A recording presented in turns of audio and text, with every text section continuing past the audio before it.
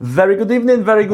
Wojtek here, and today I've got a special guest, Julia. Julia is well known from her not only mountaineering experience, but from running the massive Instagram society on Julia in the Alps. But obviously, I'm not gonna say anything in here. Julia, if you can tell us who you are and introduce yourself. How did you start, and why do you love mountains? Hi there. So thank you so much for a lovely introduction. Yes, that's it. I'm Julia Lyubova, also known as Julia in the Alps on Instagram. Yes, I run a mountaineering community on Instagram, which has been going around for about 3 years now. And I'm about to go on an expedition to Everest, so very exciting.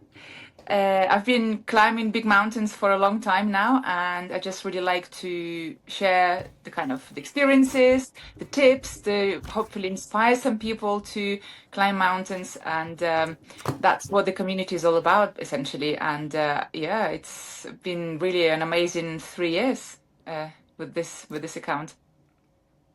Brilliant. So, how it all started? Because I know when I was preparing to our conversation, you had passed, or you still in international broadcasting and journaling. Is it something you still doing? Yes, that's right. So I've been channels and radio, TV, but yeah, so I'm more known as the broadcast journalist. And it's only really the last 3 years, like I said, that I've been doing my social media work as well. But actually, I am still working as a journalist, very much so.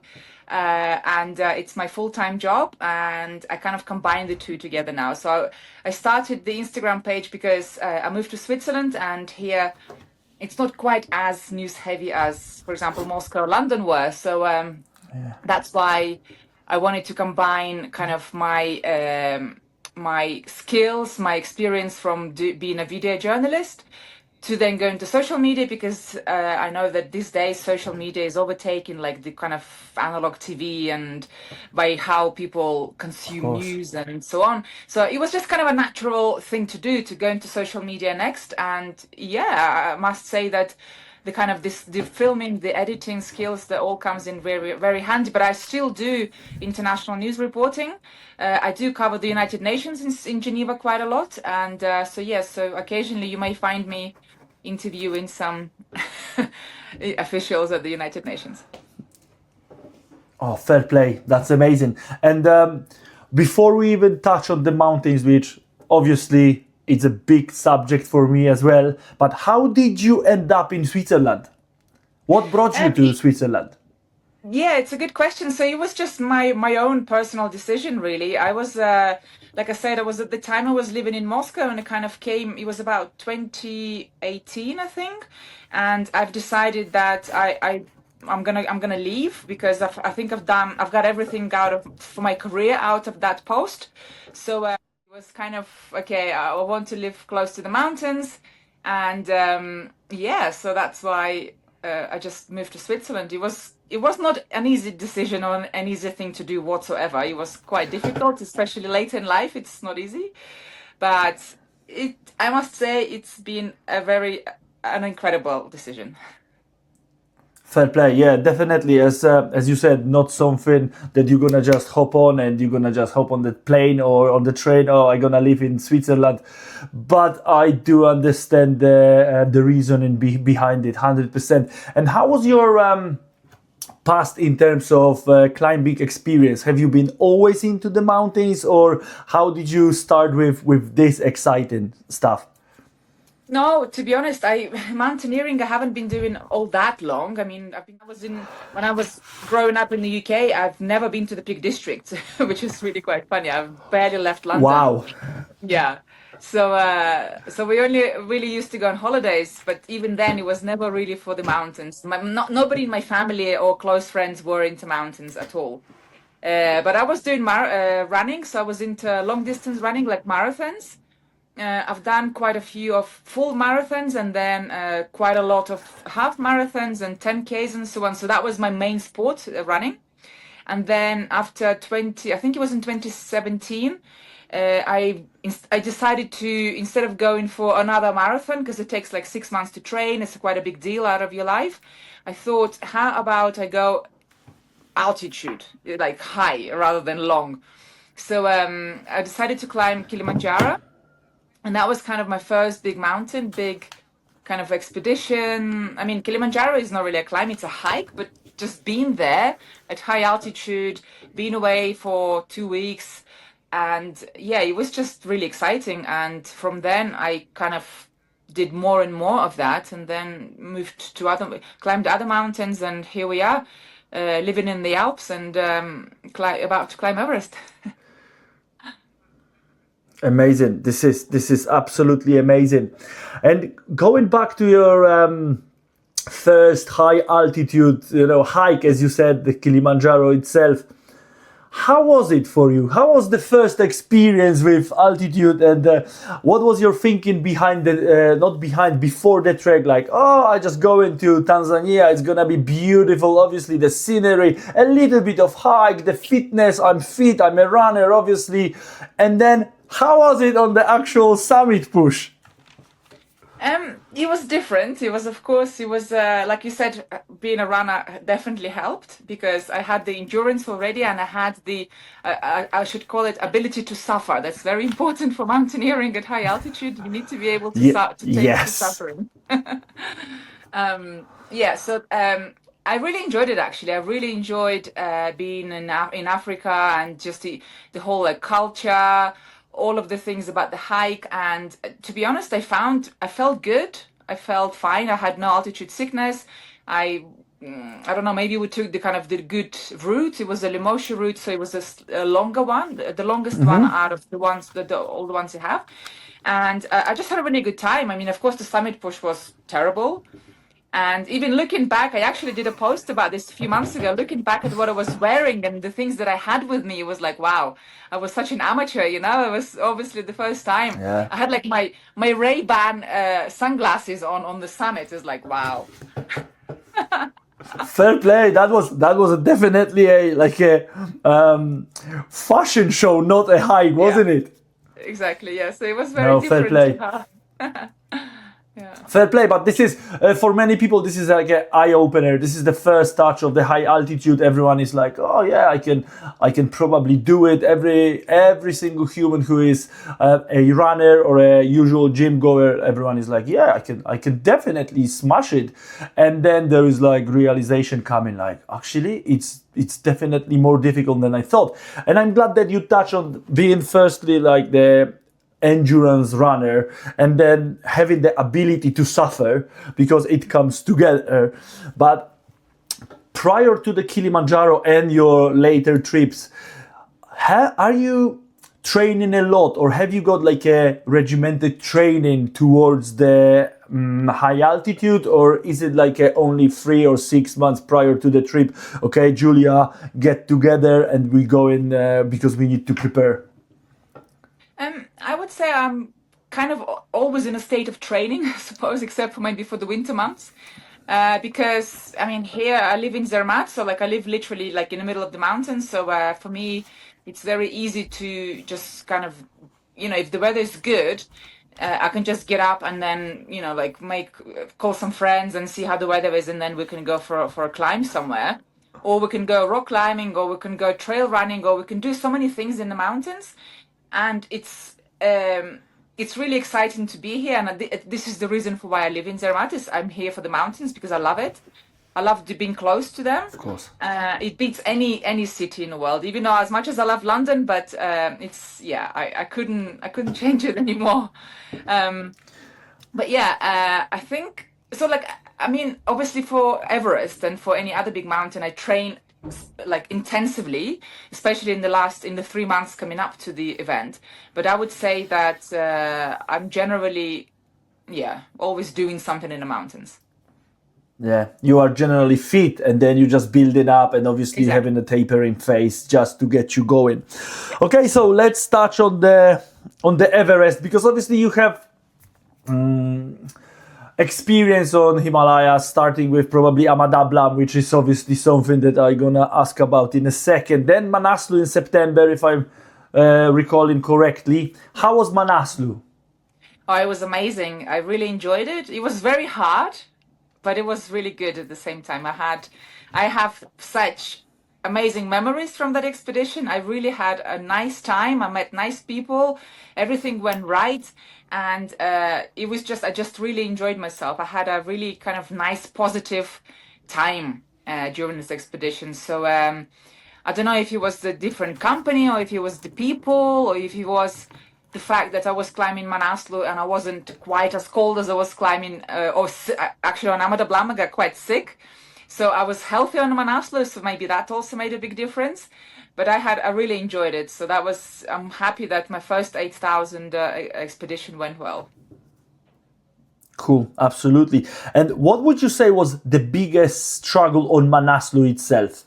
Because obviously you're pinpointing the positives right now, but what was the biggest learning curve that you got out of Manaslu, saying like, okay, Julia, write it down because you will need it for another 8,000 meter peaks? Well, I mean, there's a lot of things that I also didn't enjoy, of course. So like I didn't enjoy being cold, I didn't enjoy being rained on, I didn't enjoy being not having a shower when I wanted, I didn't enjoy being away from home. There are other things as well which are not, it's not all positives at all. It's for sure, it's a very difficult mental and physical challenge climbing any mountain for that matter. So it's not all smiles and nice sunny pictures at all. There's a lot of work that goes behind the scene, but I guess like maybe for the kind of experience that I'm taking from that expedition is that I will try to eat more better in a way. I mean, I had food poisoning on Manaslu because I made a mistake by eating a seafood curry. Like never again will I do that. Yes. That's not the So I right place probably to eat seafood, isn't it? yes, exactly. So yeah, I was a little bit naive about the food, and also much more careful about my health. So not so much on Manaslu, but on Dablam, I actually did make a mistake by sending I have this air warming mask, which helps to when you breathe, you breathe warmer air. It really helps Yeah. to keep your lungs and like everything healthier. And the Khumbu Respiratory region, system, yeah. yeah, the Khumbu region is very dry and very cold. And I made a mistake because I had on Dablam, my expedition was quite long. So I went first to the Everest base camp. Then I climbed La Buche. Then I went to Dablam base camp 2 weeks later. And then I climbed Dablam.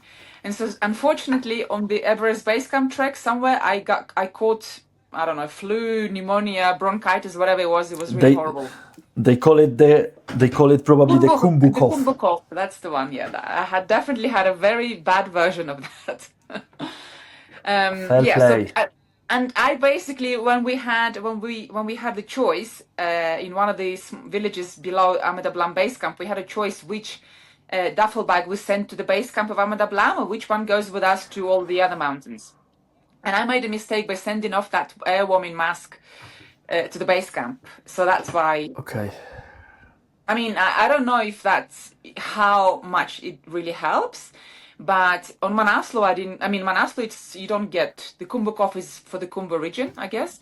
But a friend of mine, for example, who also climbed Dablam at the same time as me, she had the air warming mask on all the time and she didn't get sick. And so the more I hear of these stories, the more you really need to be like, I know it's uncomfortable. It doesn't look great, and like you have this like yellow thing on your mouth, whatever. But it's really important to put your health first because once you get sick up there, there's nothing you can do. Obviously, it can rule you out from the whole expedition. Exactly. Yeah. Exactly. So how did you overcome this one? How was the Dablam climb? And obviously, it is technical bits into it. But did you recover from the cough, from the feeling of being run down, and then you could go up, or did you push through the struggle, and that was the idea to go there, and no matter what, I'm gonna go. So I mean, it was, of course, that feeling that I want to go up no matter what. But then, of course, I'm worried about my health. And so, first of all, when we descended from Labuche East, we stayed in this village, and I just wanted to rest somewhere for 2 days because I wanted to get warm and get better. And luckily, in that place, I think it's called Piriche, this village, and they Hmm. have like an emergency doctor there. So I went to see the doctor, and she advised me to take my antibiotics, which I brought with me. So that's also one important lesson: is always bring enough medicine, like antibiotics, that in case you need like help, like really urgent help there. And I said to her, and I explained my situation. She said, "Okay, have a rest, take these antibiotics for 3 days, and if you feel better, you may go to the base camp. But if you don't feel better, descend. You will not do yourself any favors." Of So course, I did, of course. yeah. So I did this. I took the course, and then I felt much better. Then I went to the base camp, and then the base camp we had a doctor as well who was monitoring my condition, and he said to me, "Yes, it's okay. You are better now. You may go up." And this is amazing because obviously Manaslu, knowing that this is 8,000 meter peak, and then Dablam once again, technical climb. For some people, this is the first touch of a almost 7,000 meter. It is a pinnacle of everyone's dream, and then not being 100% yourself. That's actually a good question.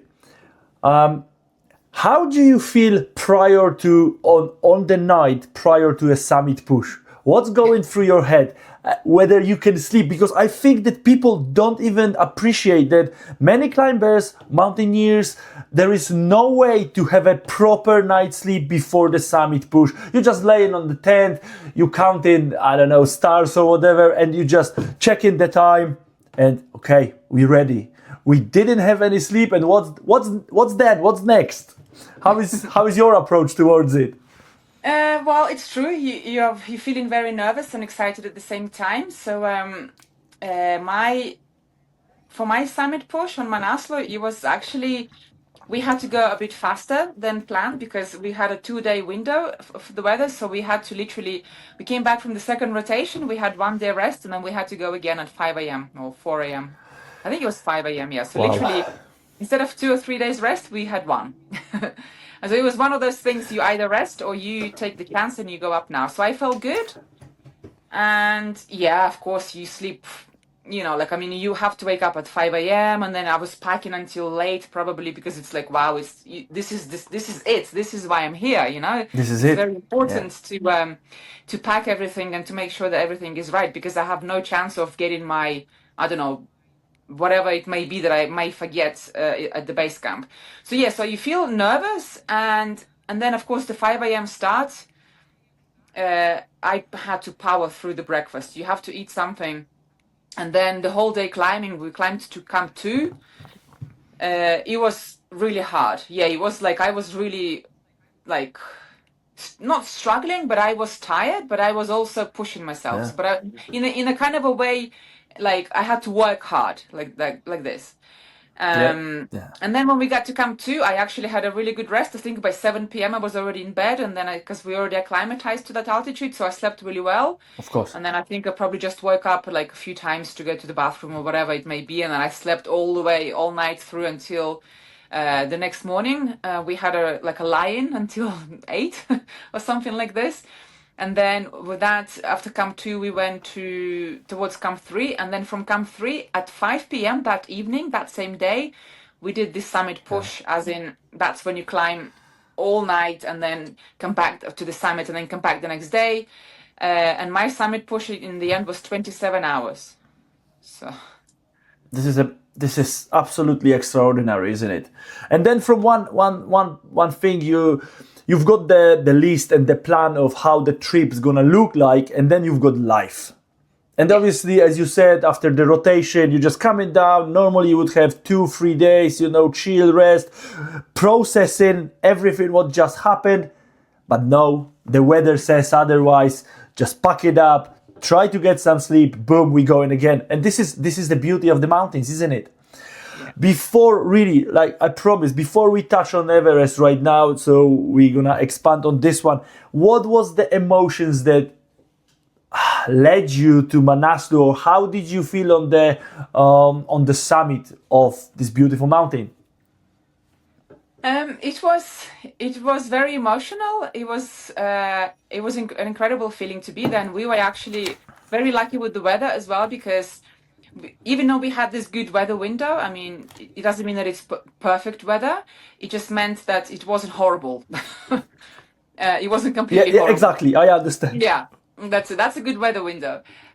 So basically, as we were climbing through the night, it was really dark and cold, and it was kind of, all kinds of you are alone with yourself for a long time, even though you are with people, but the thoughts they are still in your head. So yeah, so it was a bit of a lonely experience in this way, but then at one point I saw some teammates coming back and it was still very dark and I was like, wow, I mean, I came all this way. I want to have a nice summit moment. I want to wait for the weather. And I know that in the mountains with the sunrise, the weather typically changes to something. So, and there was this weather window that they promised us. So surely it's going to stop snowing at some point and surely the sun will come out.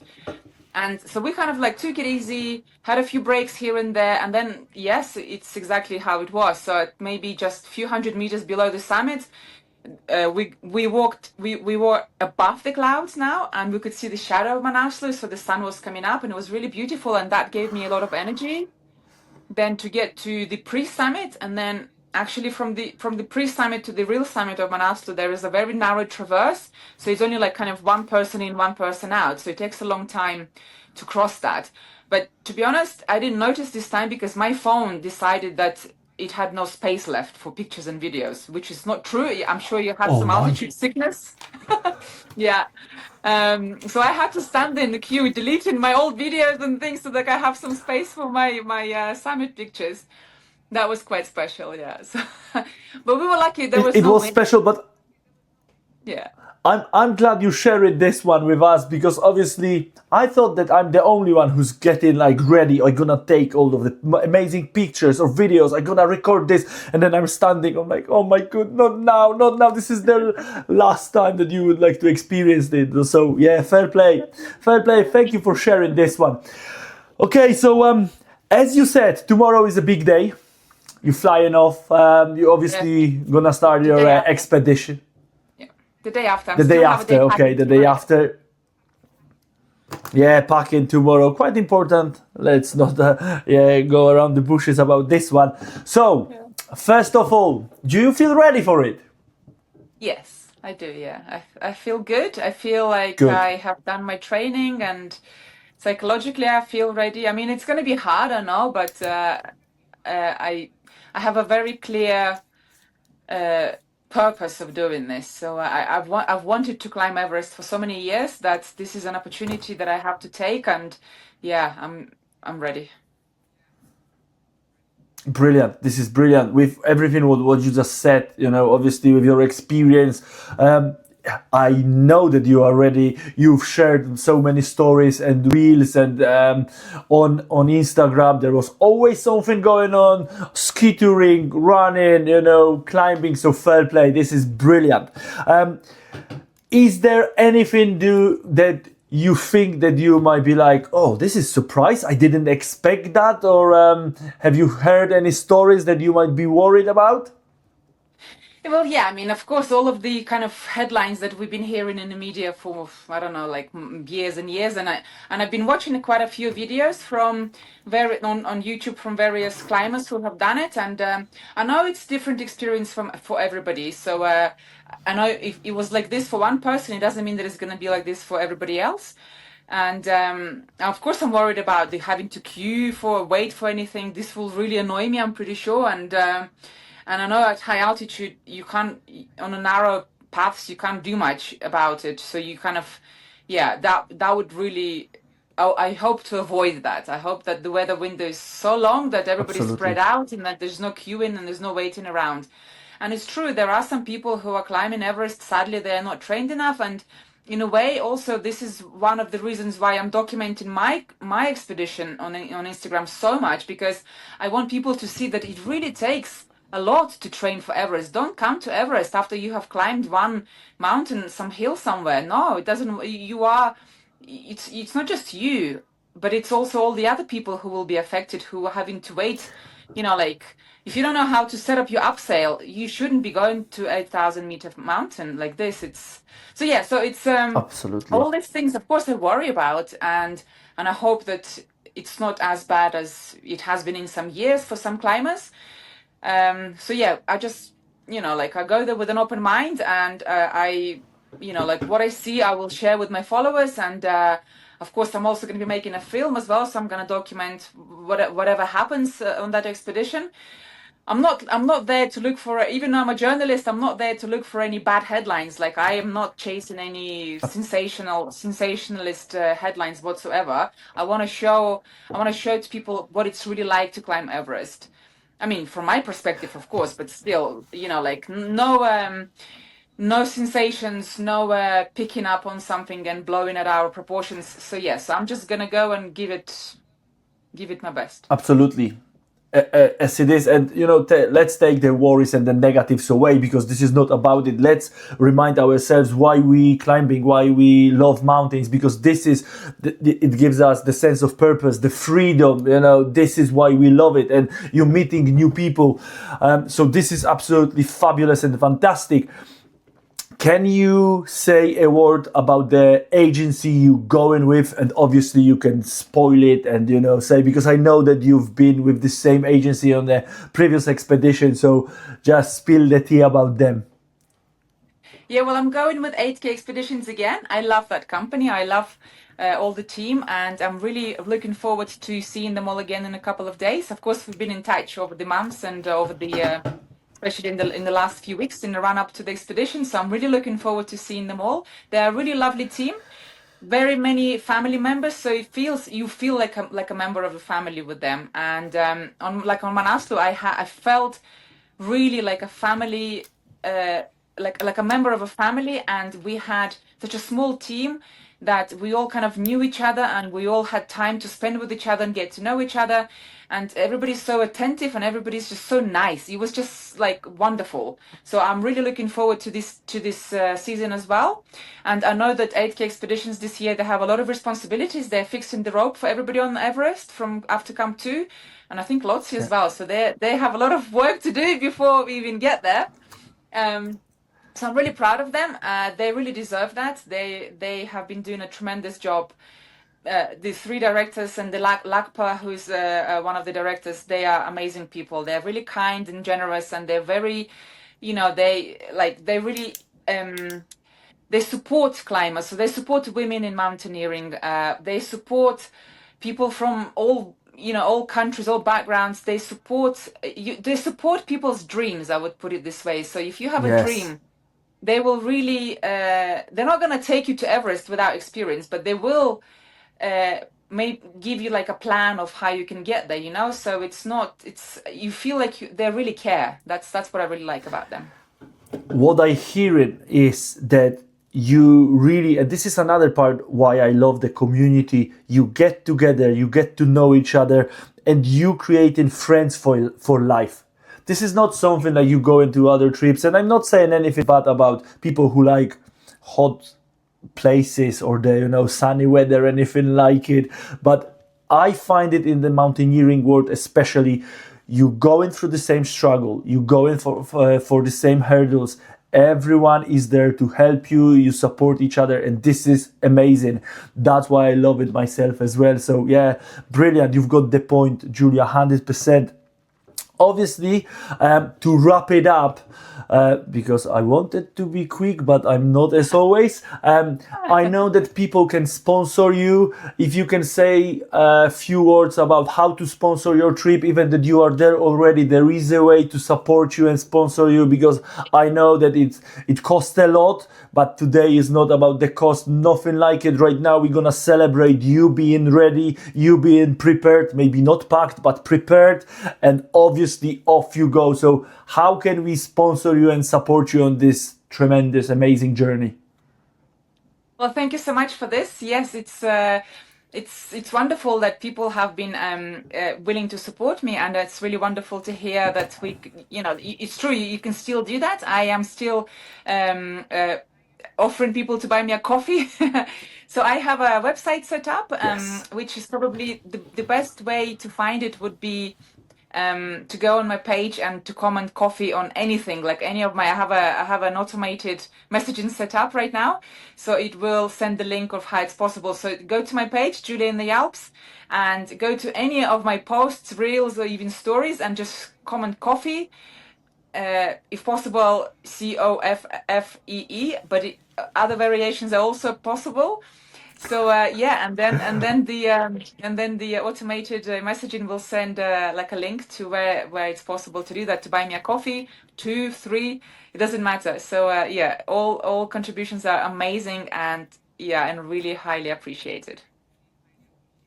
Brilliant, absolutely fine. I obviously put the link in my bio as well whenever I'm here for the time being of the expedition. That's gonna be a pleasure, to support you. But I would like to finish with obviously wishing you all the best to get the best weather, the longest window of opportunity, to be safe and to experience these amazing, amazing weeks in the Himalayan mountains. So from me, from the bottom of my heart, all the best. Thank you so much. That's really incredible to hear you say this, and all the vibes, all the positive vibes. I will be needing them, and I will definitely be remembering, thinking about them on that summit push when I am climbing up in the middle of the night in the cold and in the wind, and I will remember these kind words. So thank you so much for all the support. I really needed and I really appreciate it.